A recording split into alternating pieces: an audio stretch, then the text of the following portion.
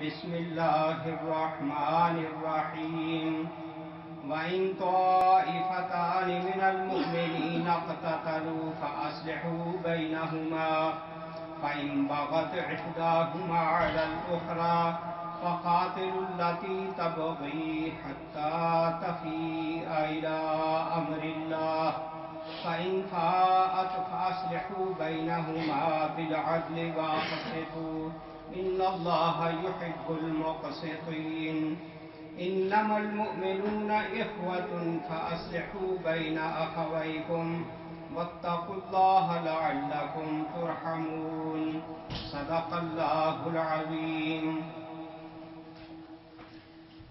اور اگر اہل ایمان میں سے دو گروہ آپس میں لڑ پڑیں تو ان کے درمیان صلح کراؤ، پھر اگر ان میں سے ایک ہی گروہ دوسرے گروہ پر زیادتی کرے تو زیادتی کرنے والے سے لڑو یہاں تک کہ وہ اللہ کے حکم کی طرف پلٹ آئے، پھر اگر وہ پلٹ آئے تو ان کے درمیان عدل کے ساتھ صلح کرا دو اور انصاف کرو کہ اللہ انصاف کرنے والوں کو پسند کرتا ہے۔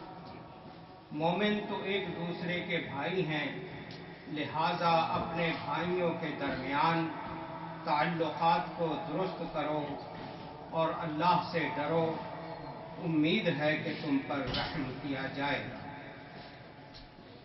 یہ سورہ الحجرات کی آیت نمبر 9 اور 10۔ اس میں پہلا اللہ تعالیٰ کا حکم اور جملہ یہ ہے کہ اگر دو اہل ایمان کے گروہ آپس میں لڑ جائیں، لڑ پڑے نہیں کہا،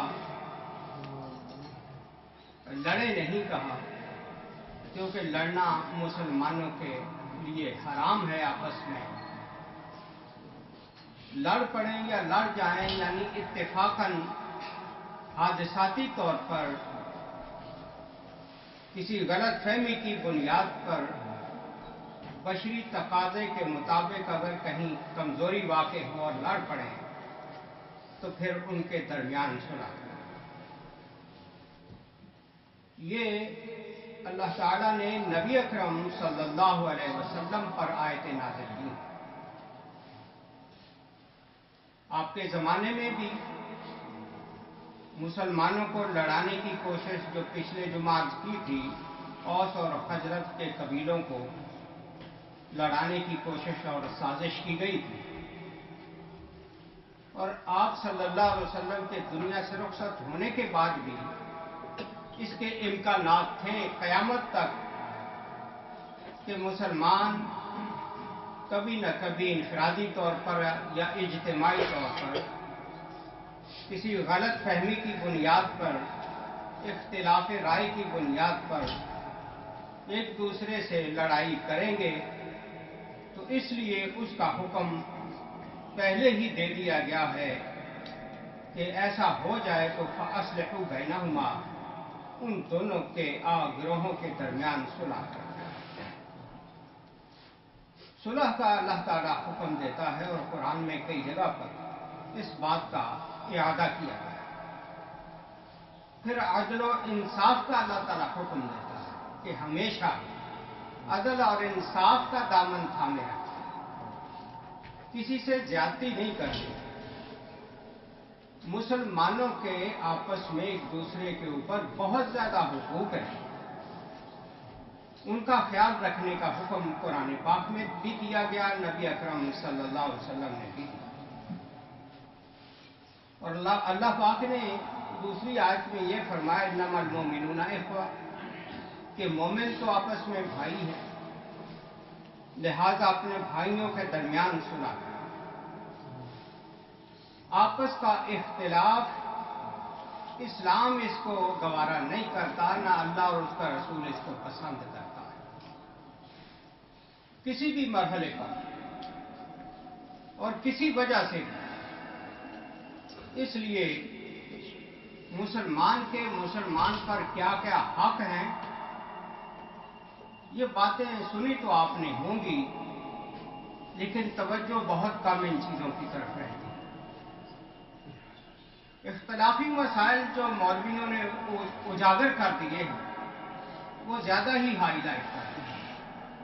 انہی کی بنیاد پر ایک دوسرے سے نفرت اور لڑائی جاری رہتی ہے، جبکہ اس سے کہیں زیادہ حکم قرآن اور حدیث میں اتفاق و اتحاد پر زور دیا گیا. اب مسلمان کے مسلمان پر جو حقوق ہیں ان میں آپ جانتے ہیں ہیا ان تسلم علیہ اذا لقیتا. جب آپ ایک مسلمان سے ملیں تو اس کو سلام کہیں، یہ اس کا حق ہے. وَتُجِيبُهُ اِذَا دَعَاكَ. جب تجھے دعوت دے تو اس کی دعوت کو قبول کر، یہ اس کا حق ہے. وَتُشْمِتُهُ اِذَا عَطِسَ. اس کو چھینک آئے تو اس کا جواب دے. اس نے اگر الحمدللہ کہا ہے چھینک آنے پر، آپ یرحمک اللہ کہیں، اس کو دعائیہ جملہ بولیں، یہ حق ہے اس کا. وَتَعُودُهُ اِذَا مَرِضَ. بیمار ہو تو اس کی عیادت کریں، بیمار کرسی کریں. وَتَشْهَدُ جَنَازَتَهُ اِذَا مَاتَ. فوت ہو جائے تو اس کے جنازے میں حاضر ہو، یہ اس کا حق ہے. وَتَبُرُّ قَسْمَهُ اِذَا أَقْسَمَ عَلَيْهِ. تجھ پر کسی بات کی قسم ڈال دے تو اس کی قسم کو پورا کرنے کی کوشش کر. وَتَنْصَحُ لَهُ اِذَا اسْتَنْصَحَكَ.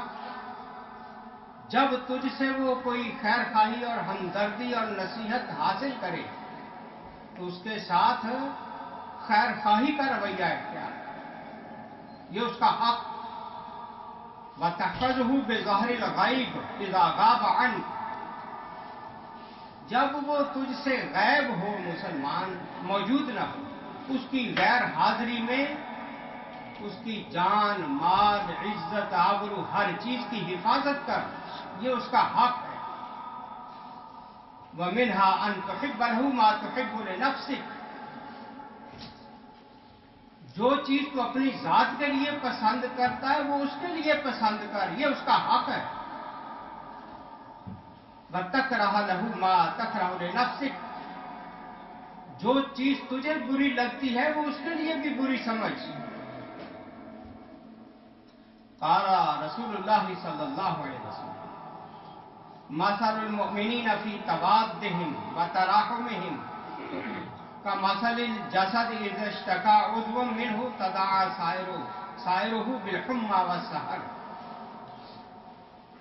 رسول اکرم صلی اللہ علیہ وسلم نے فرمایا تمام اہل ایمان کی مثال مشرق سے لے کر مغرب تک، جنوب سے شمال تک جتنے مومن دنیا میں بستے ہیں، ان کی آپس میں محبت اور رحم دلی کی مثال نبی علیہ السلام نے یہ دی جیسے ایک جسم ہوتا ہے. ایک جسم میں اگر تکلیف ہوتی ہے کسی جوڑ میں، سارا بدن دکھتا ہے، رات کو نیند نہیں آتی، آدمی بے چین رہتا ہے. چاہے انگلی میں معمولی تکلیف ہو، جسم سارا بے قرار ہوتا ہے. پاؤں کے انگوٹھے یا انگلی میں تکلیف ہو، سر تک سارے جسم میں اس کی تکلیف محسوس کی جاتی ہے. یہ نبی علیہ السلام نے مثال دی ہے تمام مسلمانوں کے بارے میں جو دنیا میں بستے ہیں، کہ دنیا کے کسی کونے میں بھی کسی مسلمان کو کوئی تکلیف پہنچے تو سارے مسلمانوں کی ملت کے جسم میں اس کی درد محسوس ہونا چاہیے، سب کو بے چین ہونا چاہیے. پھر فرمایا المؤمن للمؤمن کالبنیان یشد بعضہ بعضا. مومن مومن کے لیے مضبوط دیوار کی طرح ہوتا ہے. جس طرح ایک اینٹ دوسری اینٹ کے ساتھ جڑی ہوئی ہوتی ہے اور اینٹیں جڑ کر ایک دیوار بنتی ہے، اگر اینٹوں میں مسالہ اور سیمنٹ مضبوط نہ لگایا جائے، وہ جڑیں گی نہیں. ویسے ہی رکھ دی جائے تو ہوا سے بھی گر سکتی ہے دیوار. کتنا کوشش کی جاتی ہے کہ اینٹوں کو سلیقے کے ساتھ جوڑا جائے اور ان کو مضبوط مسالے کے ساتھ باندھ دیا جائے. ایک ایک اینٹ کو جوڑ جوڑ کے پوری دیوار کھڑی کی جاتی ہے. اسی طرح امت کے ایک ایک فرد کو جوڑ جوڑ کر امت بنتی ہے. اور ان کے درمیان بھی اینٹوں کے درمیان جو مسالہ ہے مضبوطی کے لیے، اسی طرح ان کے درمیان بھی ایک ایک فرد کے درمیان محبت اور رحم اور شفقت کی وہ مضبوط مسالہ موجود رہنا چاہیے کہ کہیں یہ مومنوں کی دیوار جو ہے وہ گر نہ جائے، کمزور نہ جائے. وَمِنْهَا اللہ یؤذی احدا من المسلمین. مسلمانوں کے حقوق میں سے یہ بھی ہے کہ کوئی مسلمان کسی کو تکلیف نہ دے، بفعل ولا قول، نہ کوئی ایسا کام کرے، نہ کوئی زبان سے ایسا جملہ بولے جس سے دوسروں کو تکلیف ہو. قال صلی اللہ علیہ وسلم المسلم من سلم المسلمون من لسانہ ویدہ. بہترین اور مکمل مسلمان وہ ہے جس کے ہاتھ اور زبان سے دوسرے سارے مسلمان سلامت رہیں. والمؤمن من امنہ المؤمنون علی انفسہم واموالہم. مومن وہ ہے جس سے دوسرے مسلمانوں کی جان اور مال محفوظ ہو، کسی کو خطرہ نہ ہو کسی مسلمان سے. والمہاجر من ہجر السوء واجتنبہ. مہاجر وہ ہے جو برائی کو چھوڑ دے اور اس سے مکمل اجتناب کرے، بچ جائے.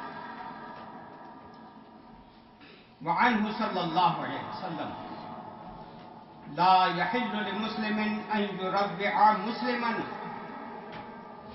مسلمان کے لیے جائز نہیں ہے کہ دوسرے مسلمان کو ڈرائے اور دھمکائے.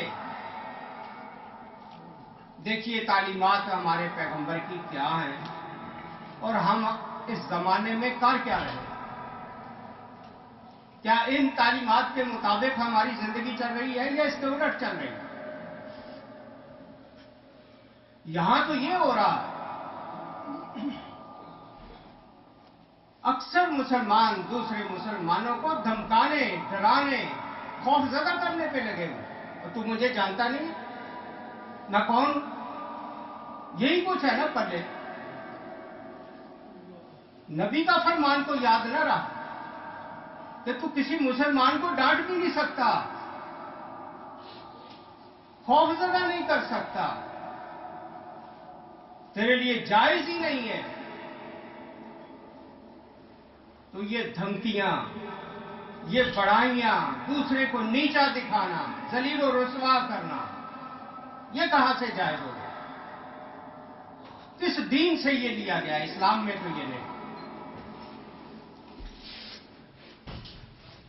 وَمِنْهَا يَتَوَاضَعُ لِكُلِّ مُسْلِمٍ وَلَا يَتَكَبَّرُ عَلَيْهِ. مسلمانوں کے حقوق میں سے یہ ہے کہ ہر مسلمان دوسرے مسلمان کے ساتھ عاجزی سے پیش آئے، انکساری سے پیش آئے، تکبر نہ کرے، غرور نہ کرے، بڑائی نہ جتائے کہ میں تجھ سے بڑا ہوں، خاندان کے لحاظ سے یا پیسے کے لحاظ سے یا کسی بھی وجہ سے. قال رسول اللہ صلی اللہ علیہ وسلم ان اللہ اوحى الی ان تواضعوا حتى لا يفخر احد على احد. رسول اکرم صلی اللہ علیہ وسلم فرماتے ہیں بے شک اللہ تعالیٰ نے میرے اوپر یہ وحی کی ہے کہ تم آپس میں ایک دوسرے کے لیے عاجزی اختیار کرو، کوئی کسی پر فخر نہ جتائے کسی حوالے سے. وَمِنْهَا اللہ يسمع بلاغات الناس بعضهم على بعض. ایک کی باتیں سن کر دوسری جگہ نہ پہنچائیں.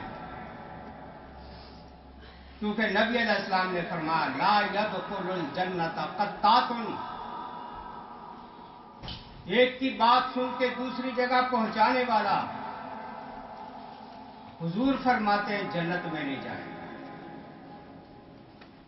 لا يدخل الجنت قطات، چغل خور جنت میں نہیں جائے گا۔ جب نبی علیہ السلام نے اتنا سخت حکم فرما دیا تو ہم باز آتے ہیں چغلیوں سے؟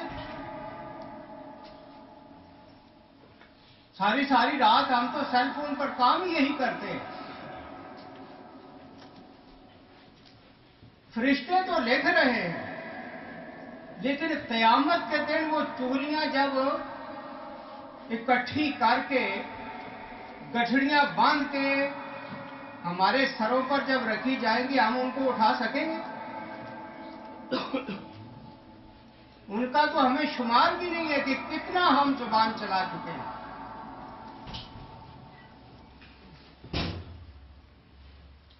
اس لیے اپنی زبان کا استعمال جو ہے اس کو بڑا سوچ سمجھ کر اختیار کرنا ضروری ہے۔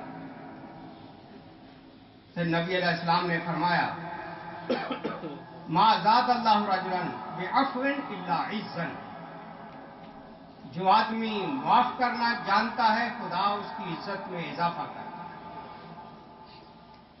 ہمیں معاف کرنا آتا ہی نہیں، ہم تو انتقام لیتے ہیں۔ وَمِنْهَا أَنْ يُحْسِنَ إِلَى كُلِّ مَنْ قَدَرَ عَلَيْهِ مِنْهُمْ مَا اسْتَطَاعَ لَا يُمَيِّزُ بَيْنَ الْأَهْلِ وَغَيْرِ الْأَهْلِ۔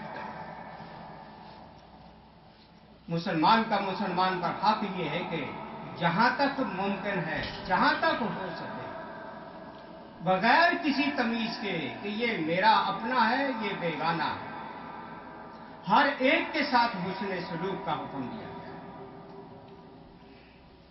یہ بھی ایک روایت ہے، اصنع المعروف فی اہلہ و فی غیر اہلہ، ہر اپنے اور پرائے کے ساتھ بھلائی کا رویہ اختیار کرو۔ فإن أصبت أهله فهو أهلك، اگر تو نے صحیح مقام پر وہ بھلائی اختیار کی تو تو اصل مقام پر پہنچ گیا۔ وَإِن لَمْ تُصِبْ أَهْلَهُ فَأَنْتَ مِنْ أَهْلِهِ، اگر غلط جگہ تو نیکی کر بیٹھا ہے پھر بھی تو اجر کا مستحق ہے کہ تو نے اپنی طرف سے تو نیکی کی کوشش کی۔ وفی آخر دوسری روایت ہے، راس العقل بعد الدین التودد الی الناس، انتہا چوٹی کی عقل کی بات یہ ہے دین اسلام اختیار کرنے کے بعد کہ آدمی لوگوں کے ساتھ محبت کے ساتھ پیش آئے، الفت کے رویے اپنائے۔ یعنی مسلمان ہونے کے بعد سب سے زیادہ عقل مندی کی بات اس کو دانائی کی، واصطناع المعروف الی کل بر و فاجر، ہر نیک اور بد کے ساتھ حسن سلوک کا رویہ اختیار کیا، یہ ہے سب سے بڑی عقل مندی کی بات۔ وَلَمْ يَكُنْ أَحَدٌ يُكَلِّمُ رَسُولَ اللَّهِ صلی اللہ علیہ وسلم إِلَّا أَقْبَلَ عَلَيْهِ بِوَجْهِهِ، نبی علیہ السلام کے ساتھ جب کوئی بات کرتا تو حضور صلی اللہ علیہ وسلم مکمل توجہ اس کی طرف کیا کرتے، صرف منہ دوسری طرف کر کے نہیں کسی سے بات کرتے تھے، یا کنکھیوں سے نہیں کسی کو دیکھتے تھے، مکمل اس کی طرف توجہ اور چہرہ کر کے بات کیا کرتے، کیونکہ اس کے اندر عاجزی، تواضع، گردن موڑ کر چہرہ دوسری طرف منہ کر کے بات کرنا یہ تکبر کی علامت ہے۔ وَمِنْهَا أَلَّا يَدْخُلَ عَلَىٰ أَحَدٍ مِّنْهُمْ إِلَّا بِإِذْنِهِ، کسی کے پاس جانا ہو تو اس کی اجازت کے ساتھ جائے۔ بِأَن يَسْتَأْذِنَ ثَلَاثًا فَإِن لَّمْ يُؤْذَن لَّهُ انصرف، 3 بار اجازت مانگے نہ ملے تو واپس چلا جائے، یہ قرآن کا حکم ہے، لیکن ان چیزوں کی ہمیں خبر نہیں ہے۔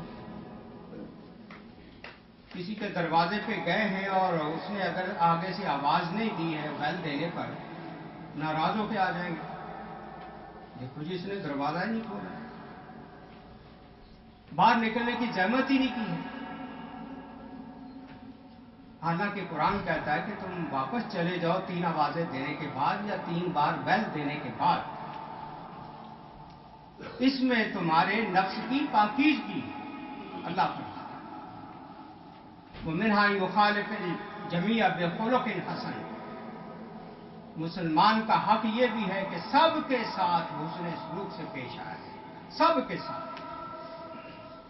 وَيُعَامِلُهُ بِحَسَبِ طَرِيقَتِهِ، حسن سلوک ہی کے ساتھ ایک دوسرے کے ساتھ لین دین کیا جائے۔ وَمِنْهَا أَنْ يُوَقِّرَ الْمَشَائِخَ وَيَرْحَمَ الصِّبْيَانَ، مسلمان کے حقوق میں سے یہ بھی ہے کہ بڑوں کا احترام کیا جائے، چھوٹوں پر رحم کیا جائے۔ حضور نے یہ فرمایا لَيْسَ مِنَّا مَن لَّمْ يُوَقِّرْ كَبِيرَنَا وَلَمْ يَرْحَمْ صَغِيرَنَا، وہ ہماری امت میں سے نہیں ہے جو بڑوں کا احترام نہیں کرتا، چھوٹوں پہ شفقت نہیں کرتا۔ وَالتَّلَطُّفُ بِالصِّبْيَانِ مِنْ عَادَةِ رسول اللہ صلی اللہ علیہ وسلم، بچوں کے ساتھ نبی علیہ السلام مشفقانہ رویہ رکھتے تھے۔ وَكَانَ إِذَا قَدِمَ مِنْ سَفَرِهِ تُلْقَبُ بِالصِّبْيَانِ، سفر سے جب واپس مدینہ شریف آتے تھے تو بچے پیش کیے جاتے تھے، بچے ملتے تھے سب سے پہلے۔ ثُمَّ يَأْمُرُ بِهِمْ فَيُرْفَعُونَ إِلَيْهِ، چھوٹے بچوں کو نبی علیہ السلام فرمایا کرتے تھے کہ اٹھا کے میرے پاس لاؤ۔ فَيَرْفَعُ مِنْهُمْ بَيْنَ يَدَيْهِ وَمِنْ خَلْفِهِ، آگے سے پیچھے سے بچے چاروں طرف سے حضور کو گھیرے ہوئے ہوتے تھے۔ وَيَأْمُرُ أَصْحَابَهُ يَحْمَلُوا بَعْضَهُمْ، جتنوں کو خود اٹھا سکتے اٹھاتے، باقی صحابہ کو کہتے کہ ان بچوں کو اٹھاؤ۔ وَكَانَ يُؤْتَى بِالصَّبِيِّ الصَّغِيرِ، چھوٹا بچہ جب پیدا ہوتا حضور کے پاس لایا جائے، لِيَدْعُوا لَهُ بِالْبَرَكَةِ، تاکہ آپ اس کے لیے برکت کی دعا کر دیں۔ وَلْيُسَمِّيهِ، اور اس کا نام رکھ دیں۔ فَيَأْخُذُهُ، آپ اس کو پکڑ لیتے۔ فَيَضَعُ فِي حِجْرِهِ، اپنی گود میں اس کو رکھ لیتے۔ فَرُبَّمَا بَالَ الصَّبِيُّ ثُمَّ يَغْسِلُ ثَوْبَهُ، بعض دفعہ بچہ آپ کی جھولی میں پیشاب بھی کر دیتا تھا، آپ اپنے کپڑے کو بعد میں دھو لیتے تھے۔ ہمارے نبی کے تو بھئی یہ طریقے، ہم اپنی ذات میں گم ہو کے رہ گئے ہیں۔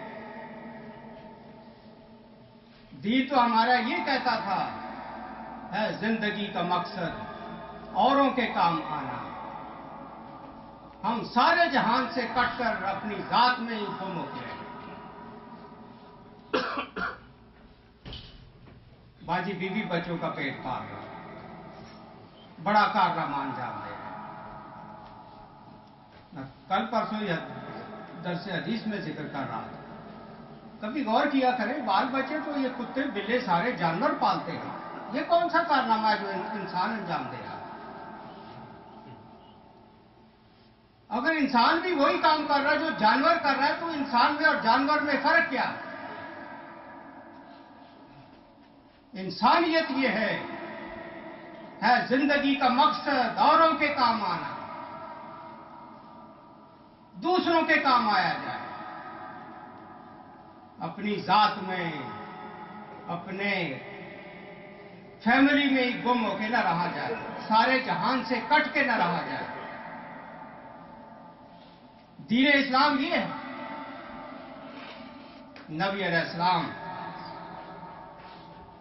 دیکھ لیجئے، سفر سے آتے ہیں بچے گھیر لیتے تھے، وہ اپنے خاندان کے بچے نہیں ہوتے تھے، مدینہ شہر کے بچے ہوتے تھے۔ گلیوں میں چلتے ہوئے نبی علیہ السلام کو بچے انگلیاں پکڑ کے ساتھ چلتے، خوشی خوشی۔ نبی علیہ السلام کبھی پاگلوں کا بھی دل نہیں توڑتے تھے، کوئی پاگل بھی پکڑ کے انگلی لے جاتا تھا، آپ اس کی دلداری کے لیے بھی ساتھ چل دیتے تھے۔ میلاد شریف کے پروگرام بہت ہوتے ہیں، لیکن یہ باتیں کون بتاتا ہے؟